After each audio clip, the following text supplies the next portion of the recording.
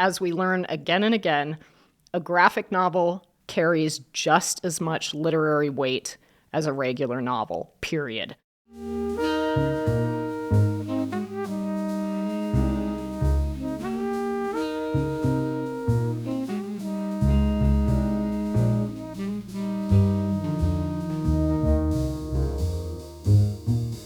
This is A Line Around Your Thoughts, a podcast that centers on conversations with artists, writers, musicians, and creatives from around the Inland Northwest. I'm your host, E.J. Iannelli.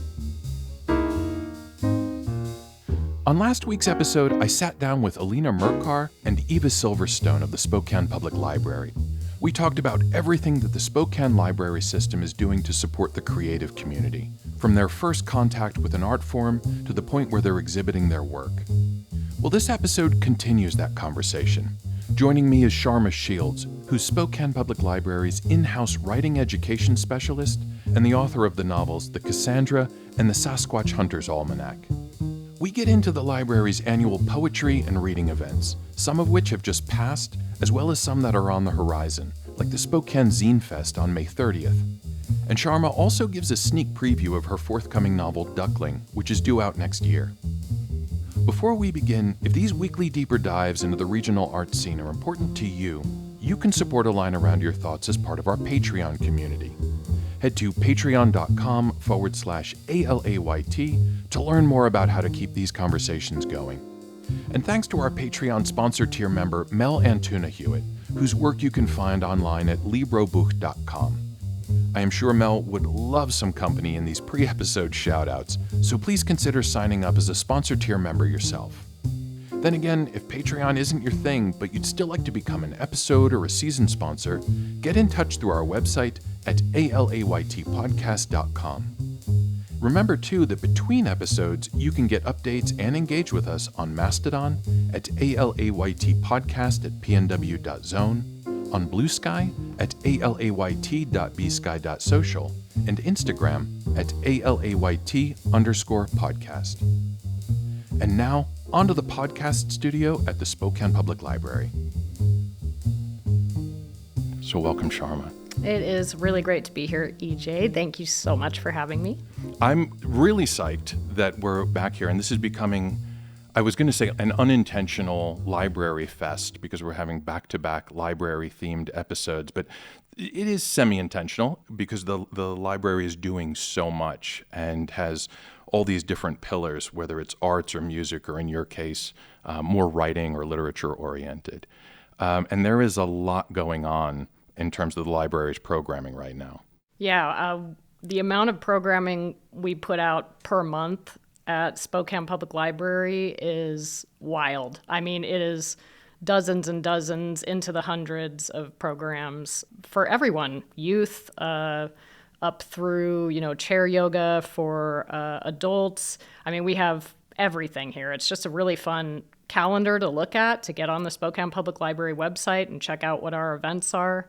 I really do think there's something for everyone. And thank you for using this space that's free for anyone in the library, this podcast room. This is one of those incredible technological feats they've accomplished to give people tech access that doesn't exist at a lot of libraries, and we're really lucky to have this resource here. Well, it's super convenient, I have to say, when you're interviewing library guests to kind of do it on their home turf, and so this makes it really convenient for that purpose. Yeah, I think I had to walk just about 50 feet over here from my desk to sit down for this interview, so that's really fun.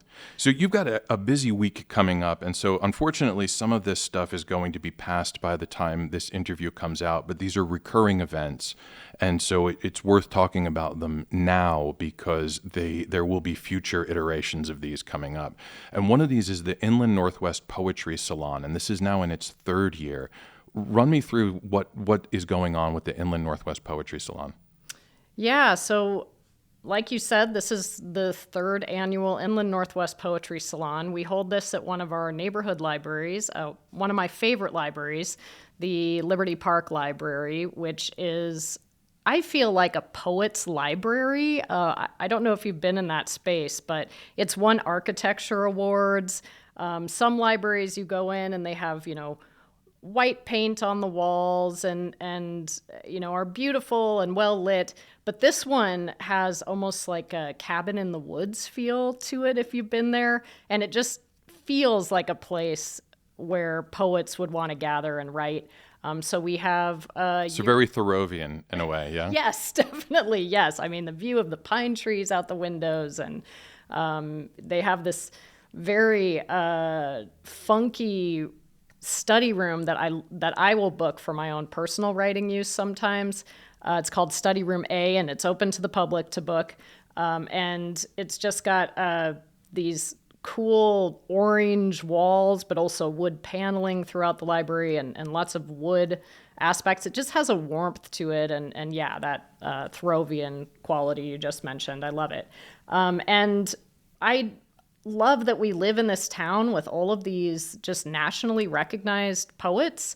We are a town that has a poet laureate. Mary Noel Smith has just been doing wonderful work in the community, especially for youth. And she'll be one of our presenters again this year. And this is an opportunity for poets at all stages of their writing careers, whether they're just getting started or whether they have books published, to come and learn from some of the exceptional regional poets we have. And it's fun, it's free, it's a way to get creative, and it's just a way to nerd out on language for a day. And it's one of my favorite events that we put on every year. And what constitutes salon? Is that an umbrella kind of catch-all designation that it allows for workshops and readings and other things? That's how I took it in my mind. I believe that the first year we ran this, some poets from Eastern Washington University wanted to do what they said was like a technical version of a salon, which is when poets get together and read a poem, and that inspires the next poet to stand up and read a poem based on the themes of the first poem shared. And they did that event with us as part of the salon. And usually we have anywhere between 8 to 10 events. They will be everything from a writing workshop to a panel of several writers. This year it's all workshops, which I think is really fun. It's just a chance for people to really put pen to paper in class. And I think every single writer is going to walk out of the event with something in hand that they've created. And that brings a lot of meaning to our lives. And what are some of the outcomes of this? Is it meant to cultivate appreciation for poetry? Is it meant to hone maybe a nascent craft? Both of those things. I see it as uplifting poets here. I think it brings poets, some of whom are very established that are teaching the workshops, and some of them who are just beginning their careers. We have a wonderful recent Whitworth graduate, Elisa Vigil, who's going to be teaching Finding Poetry in Unexpected Places workshop this year. And she's just at the start of her writing career, but she's getting published in great journals like the Sonora Review. And she's done work with Rock and Sling, which is the literary journal out of Whitworth. And this will be a chance for her to lead a workshop, and it's going to be uplifting, I hope, her career as a poet and as a teacher.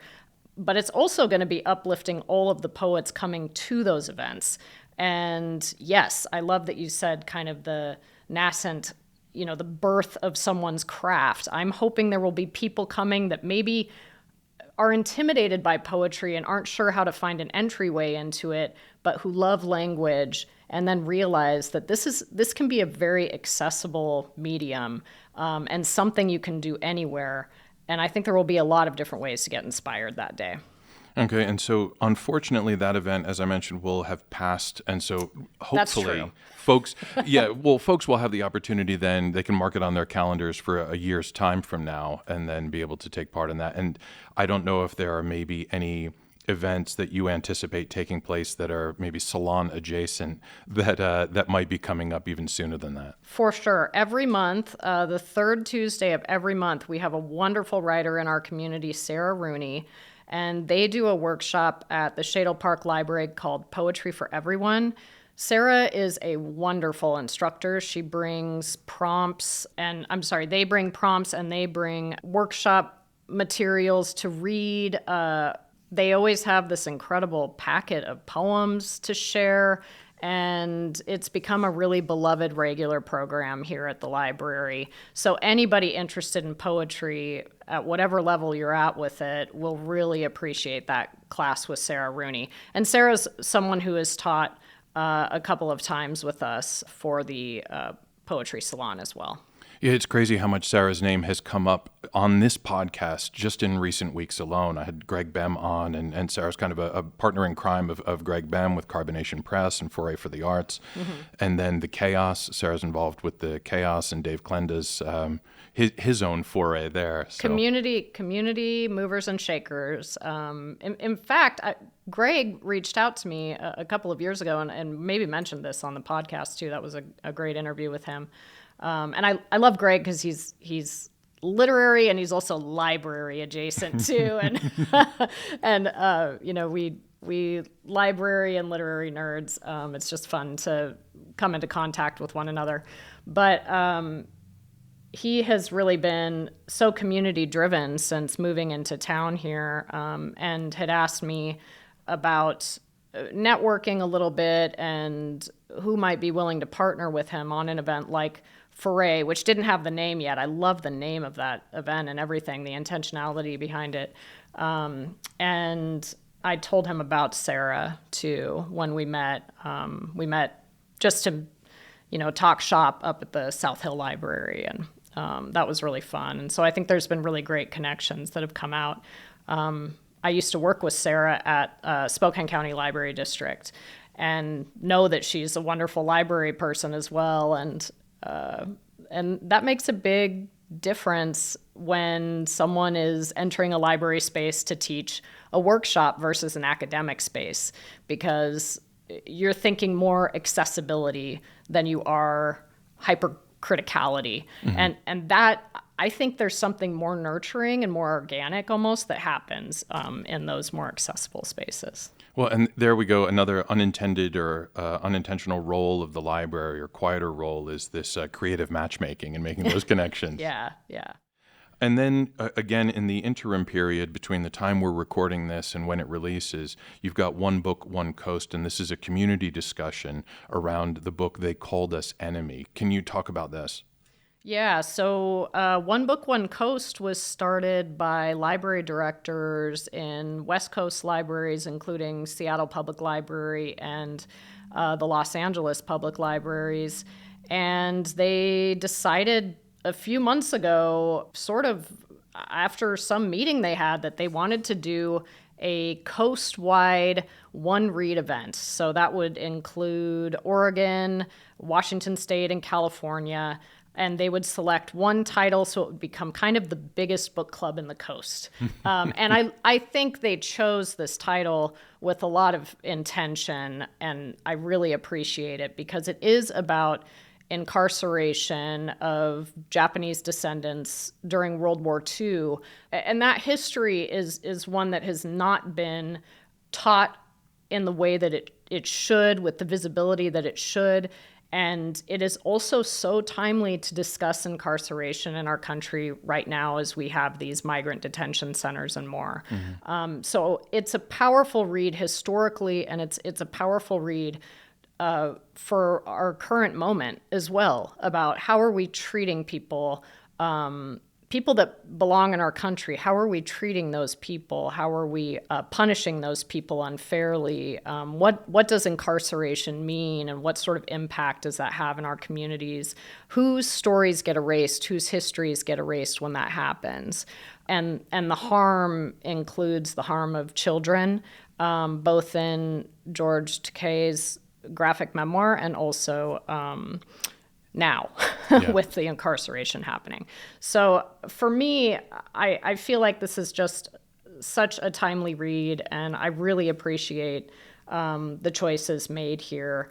And it was some very last minute programming that we had to do for this, but I think we really knocked the programming out of the park. So there's something like 90 some libraries throughout those 3 states that are participating in this.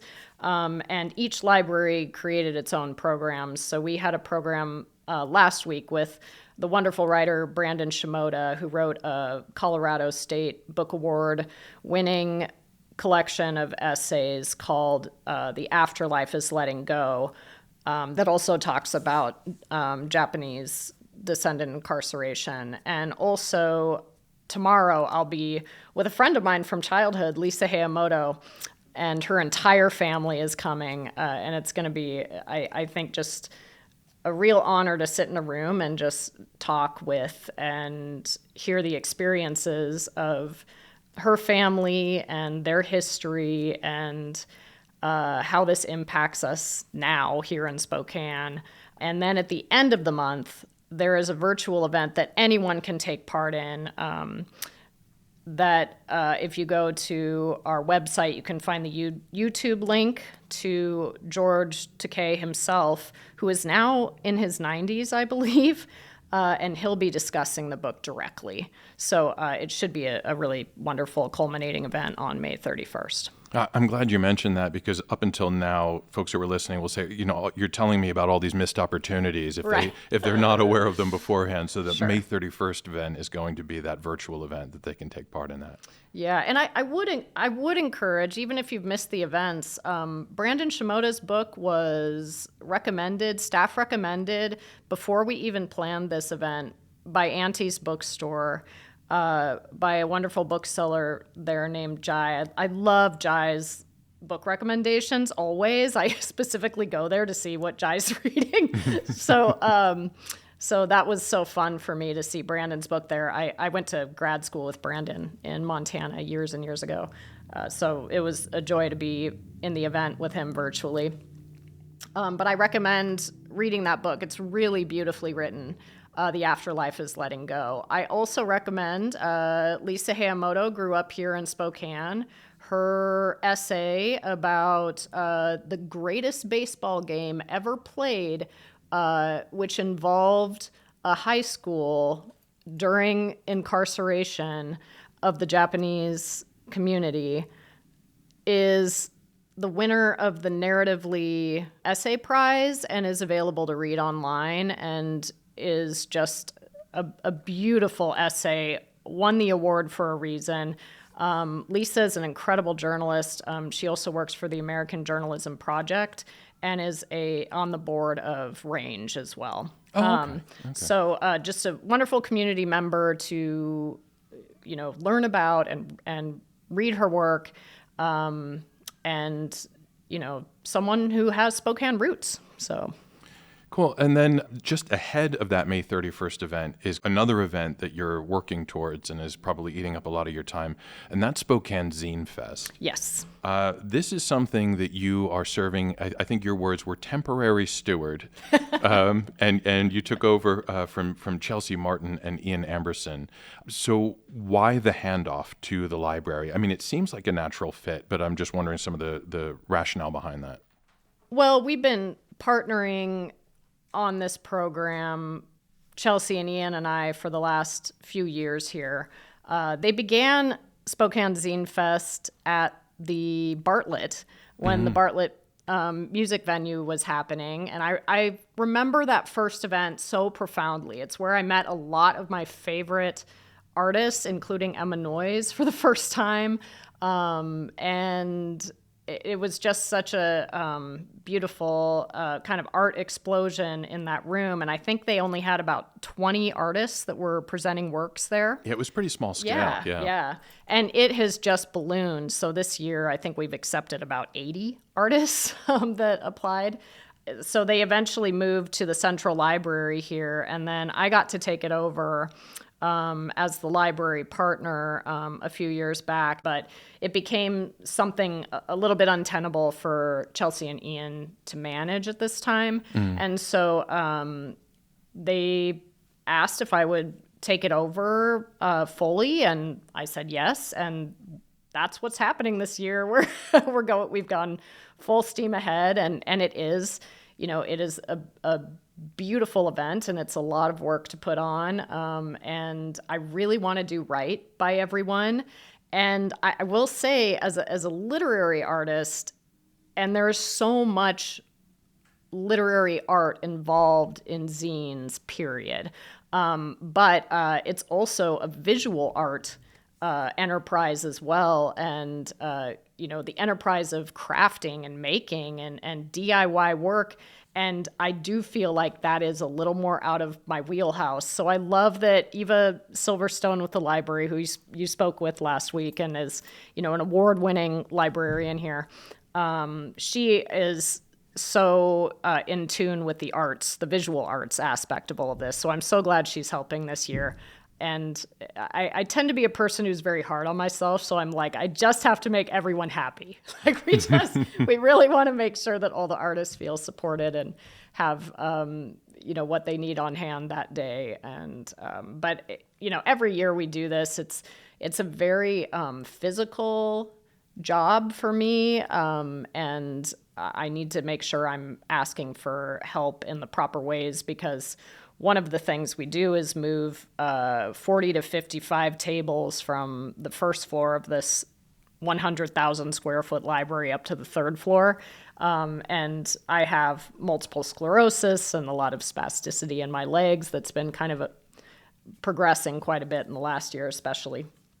And so I have to rely on other people, and I always feel a little bit of guilt about that, but I need to be better about just like, knowing that this is a huge collaborative event. Like, people look at zines and think collaboration, that it is not, as much as the traditional book industry is, even, and I think all of that becomes about collaboration too, but zines especially, this is a festivity. It's a celebration, and it's a coming together of community. And zines have been at the center of counterculture for decades. And so coming to this with just the spirit of collaboration is, I think, just, such an act of community and an act of gratitude. And I don't know, I think that is what I've learned from this process of kind of taking it over this year, is that relying on other people and getting other people's feedback just makes this better and better every single year. And so that's kind of what's happening in this beautiful way. Well, you have the zine producer community. So when we think of those early years, and you had 20 tables, and then now it's jumping up to 80. So clearly there is, from the production side or the creative side, you're seeing a lot of output when it comes to zines. But on the part of the public, I feel like, and maybe this is just my misconception, but I feel like the zine is so misunderstood or so underappreciated. Are you seeing a greater appreciation on the part of the public for what the zine is? And it's one of these art forms that, a bit like punk, has its own ethos. Like, yes. it is an art form that is associated with an ethos. And so, are you seeing more of an appreciation on the part of the public for what zines offer? I am. I think there will be even more room for that to grow here in Spokane, I would say. But what I love about zines is they're very anti-capitalism. It's not about money making. People are not getting into zines to even become famous, or, some of the things I see in the writing community, where sometimes I feel like people are wanting to write a book because they think it might lead to some sort of notoriety for them. And that is not the ethos of zines. It's about almost understanding the self and communicating the self to other people in this really cool way. And sometimes it's communicating your love of, container gardening. Like, somebody will have a zine about, the easiest way to create a container garden. But then sometimes it's about celebrating, queer culture, or it's about celebrating consent, or, these themes that are so important to so many of us. And I love just that range that zines have, and also the range of the artists expertise that they can have. You have some zines that are done very technically and some that are quite simple and everything in between. And people can really self-express with a zine almost like you can't in any other form, I feel like. Book form, that is, printed form. It really is the essence of do-it-yourself printing. And I feel like historically you see the way that zines helped promote countercultural movements like the punk movement, like you were mentioning. They became kind of crucial for that. And for like the Riot Girl movement, which was the feminist response to some of the misogyny they were seeing in punk culture. And then, we have this beautiful exhibit that's happening now that talks about this history, not just nationwide, but also here in Spokane, and the zines that were produced in the 80s during the punk scene here. We have those on display so you can kind of see that history as it's unfolding and see the artwork that came out of that. Yeah, and as a child of the 80s and the 90s, zines were very much a part of my existence. I mean, it is how my entry point into so much music and so much art and so much literature, and a lot of these niche interests, they were the alternative to the mainstream that was arising.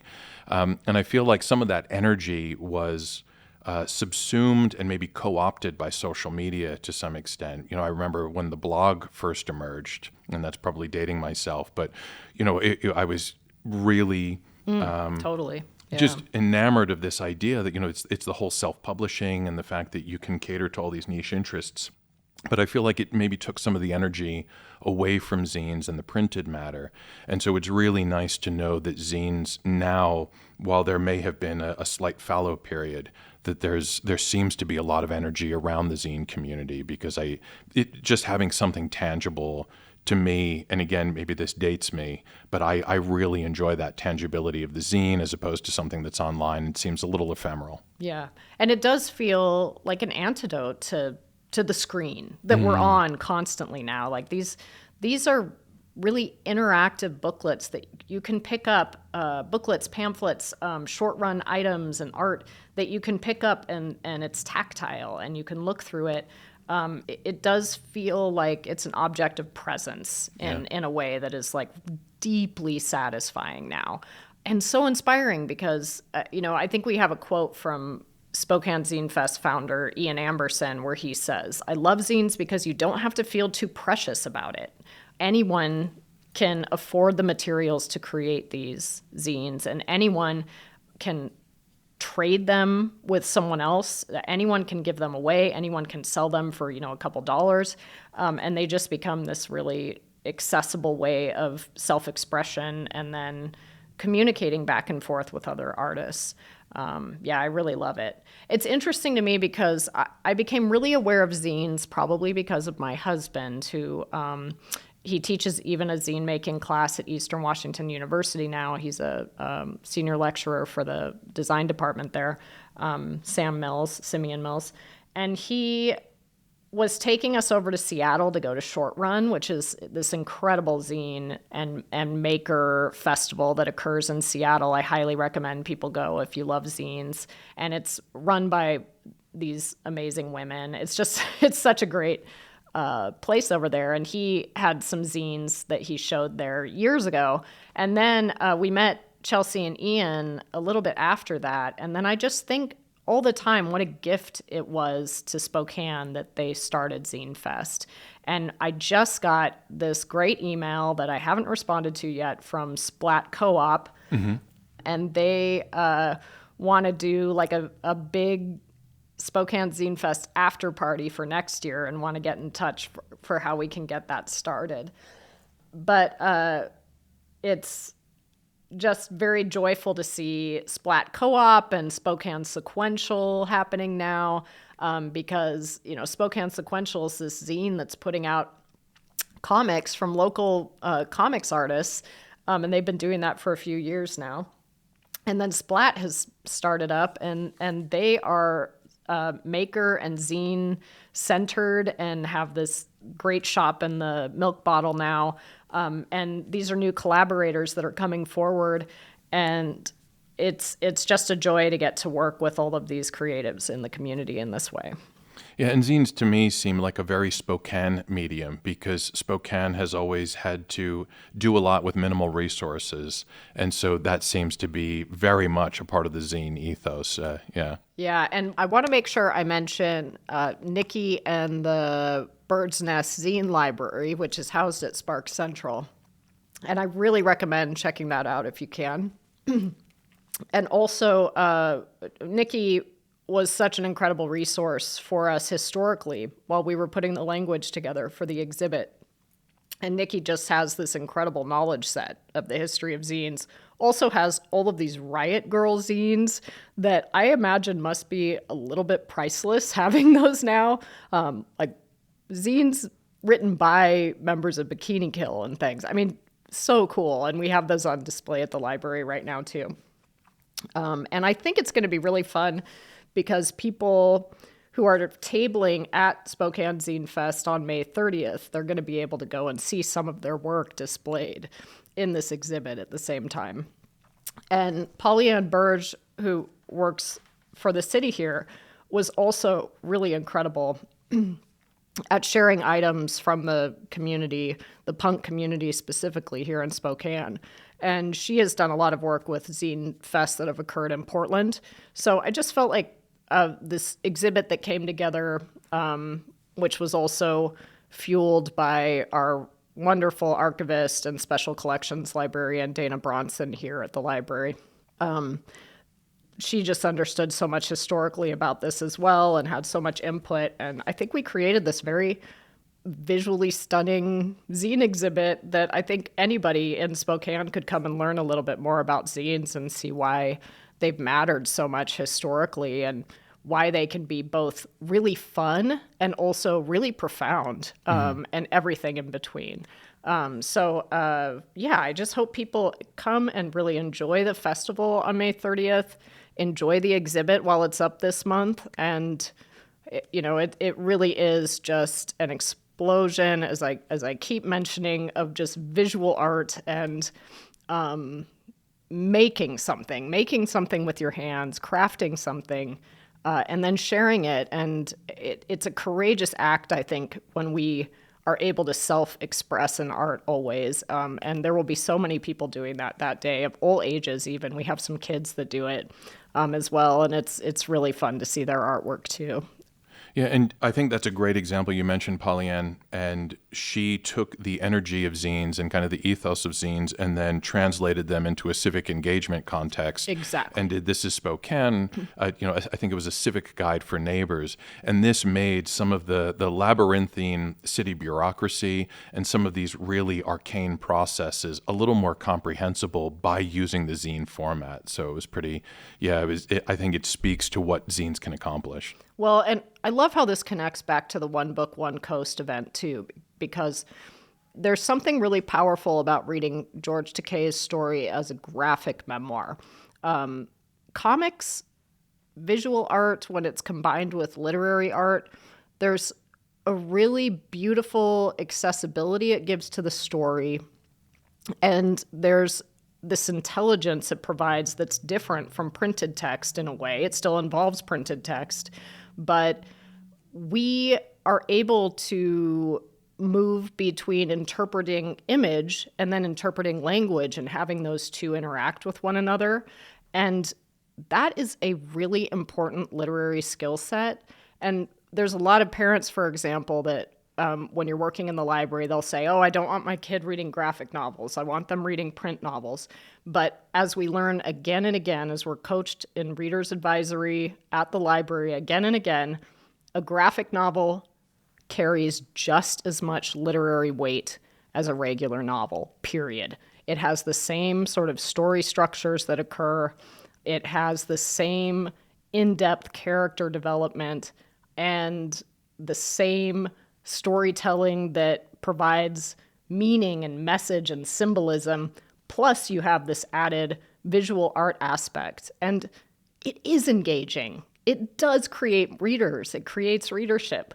And it's like, this is such a profound vehicle for books. And Zine Fest is doing that on this smaller scale that anybody can participate in, and that's super inspiring to me. Yeah, and I think of graphic novels and how they have been used for vehicles. I mean, I just mentioned this is Spokane, and that's, here we have civic engagement, but how graphic novels have provided a really ideal medium for discussing controversial topics or topics that it's certainly not as if they can't be rendered in conventional literary formats, but I just think of like Joe Sacco, for example. I was just going to mention Joe There Sacco. we go. And, Palestine. And, exactly, Yes. exactly. And how some of those very fraught topics found their medium through Joe and through the graphic novel. But before we wrap up, I did want to kind of move into more conventional publishing and look ahead to almost about a year from now, because you have a new novel that's on the relatively distant horizon, but I kind of wanted to give a foretaste of that.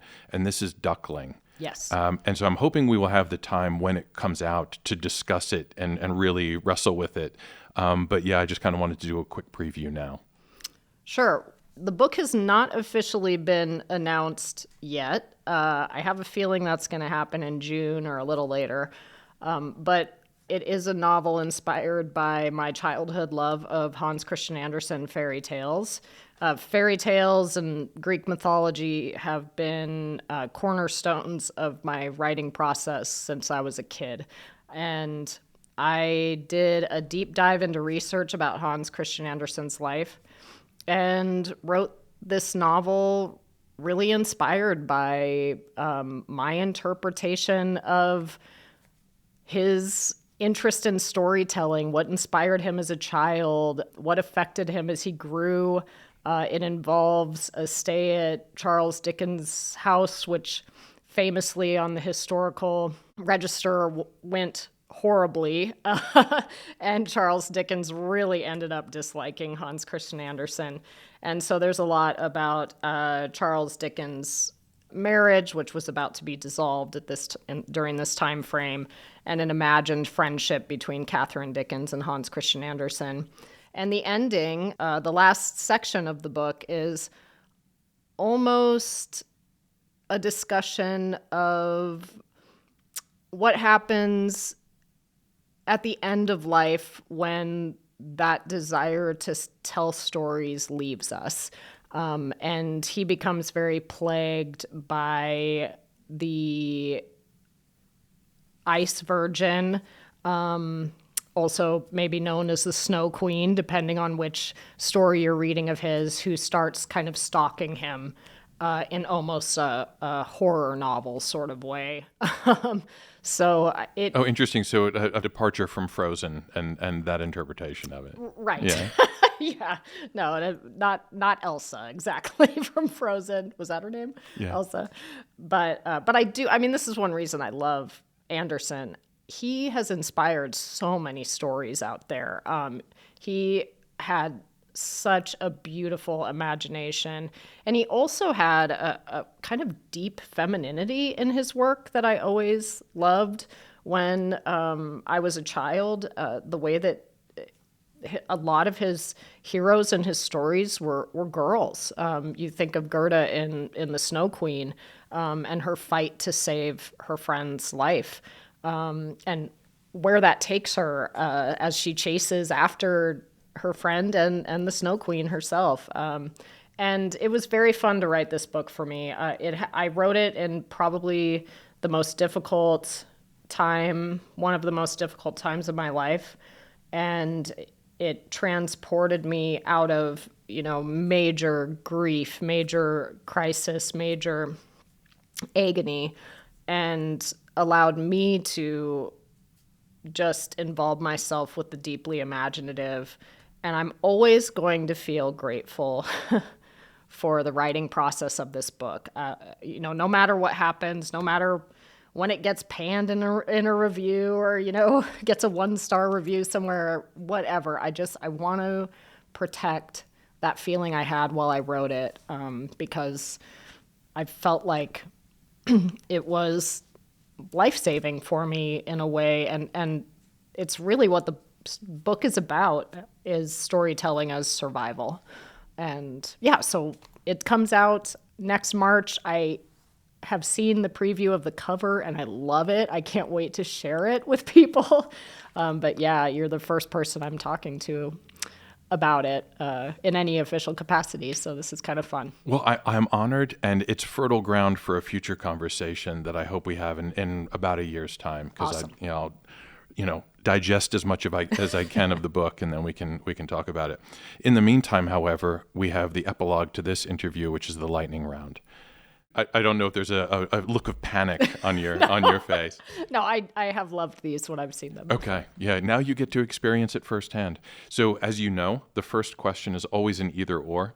And sometimes these are very unenviable choices, but I've tried to give you a slightly more positive one where you're going to have a difficulty maybe choosing between the two. Would you rather win every single argument you have or never lose at trivia? I'm going to say win at every single argument I have. Because I feel like maybe I've felt unheard in certain conversations with people, even people I've really deeply loved, unheard to such an extent that it's felt like erasure in a way. And I would love for that not to happen. Although I don't like being a domineering person either. So, but I'm going to say that. I don't mind being wrong at trivia as much. Okay. Yeah, I if you're blessed with the magical ability to win every argument, and it doesn't necessarily come across as domineering, I can see that being a go-to choice for a lot of folks. I love the idea of being a superstar at trivia myself, but when I think what has more practical value, it's the argument one. Second question, and this has come up in a different form before, but if you could go back in time and redo a single moment, what would that be? And I will entertain here everything from the very, very minor to the very major. Oh, wow. Well, I'm very hard at not going into the shadowiest rooms of my life with questions like these, which is probably not healthy for me or maybe for anybody else. I think there are times when I have over-explained, which I have learned in therapy as a trauma response, over-explained in an attempt to be heard by people. This goes back to the arguments comment too, I think, but in an attempt to be heard by people that were really not willing to hear me. And I wish I had not over-explained in the manner that I did. And I mean, this includes sending like maybe a 20,000 word email or something like that, putting in that amount of effort into not being heard at all. It is very devastating for me. And I also worry about how that maybe, with all of the language I was spinning, maybe not healthy for anybody, the person I was writing to or for me. And I do think, as of right now, that's my biggest regret. But I have many, many, many regrets. Well, it seems to be a very writerly response to send a 20,000 word email, but this affords you the opportunity to hit unsend on just one of those emails. So yeah. I would love to hit unsend. I can think of the email that I would love to do that for. Yes. This has already come up. You've offered some literary recommendations, but I can't let you leave here without addressing your best book of the past year or your most favorite book of the past year. I mean, what popped into my head immediately is Kim Fu's The Valley of Vengeful Ghosts, which is a beautiful story and a very haunted story of a woman buying her first house and having it be haunted with the ghost of her mother. And I think it's ultimately a story about the hard work of dragging ourselves out of codependency and unhealthy relationships and how to move into self-reliance and the loneliness of that. And wow, Kim Fu is such a controlled writer, and the book is written so tautly, and that's what comes to mind right in this moment. Absolutely love that book. Excellent. And then last, which fictional family would you most like to be a part of? And here I am imagining everybody from the Kareninas to the Kardashians. So you've got every family, fictional or otherwise, that's at your disposal. Definitely don't want to be a part of the Karenins, but I do love that book, which I've read twice. But what popped in my head is Miriam Taves and makes me feel emotional thinking about it.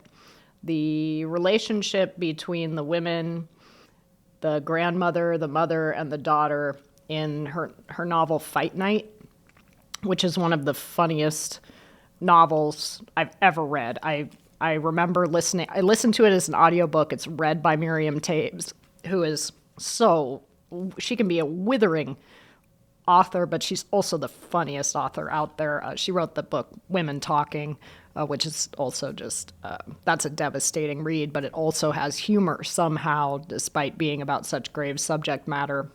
And the women in Fight Night were so inspiring because of their just kind of dogged love for one another. And what I wouldn't give to have that sort of generational love between women happening. And I want to give that to both of my children, to both my son and my daughter. I also love the fact that we're walking away from here with multiple book recommendations. Everybody, scroll them on your to-read list. I do want to just throw a shout out, because we were talking graphic memoir. I really love the novel Ducks by Kate Beaton. Incredible graphic memoir too, since we were talking about the visual. Oh, and in our exhibit is Tessa Holz's Feeding Ghosts, one of the most exquisite graphic memoirs I've ever read too, and that just won the Pulitzer. And we've had a couple of events with her here in the library, one before she won the Pulitzer, but wow, that book is a work of art too. Cool. Well, Sharma, thank you so much for, I was going to say coming in and for allowing me to come into the library and sit down and chat with you. Oh, well, this was a blast. Thank you for letting me ramble as I always do. Appreciate you very much, EJ.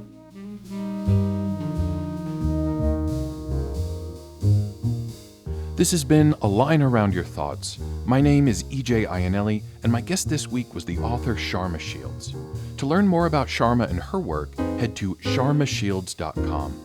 And for details on the events that we discussed, including the Spokane Zine Fest on May 30th, go to spokanelibrary.org. As we close, a nod to our founding sponsor, Rogue Heart Media SPC, proudly rooted in Spokane and supporting our community with media that makes a difference. For more, visit rogueheart.media. If you are interested in becoming an episode or a season sponsor and keeping these conversations going, please reach out through our website at alaytpodcast.com. And to show your support for A Line Around Your Thoughts and even join the conversation yourself, become a part of our Patreon community. Check out our page at patreon.com/alayt. You can also get updates and engage with us on Mastodon at alaytpodcast@pnw.zone, on Blue Sky at alayt.bsky.social, and Instagram at alayt_podcast. Until next week,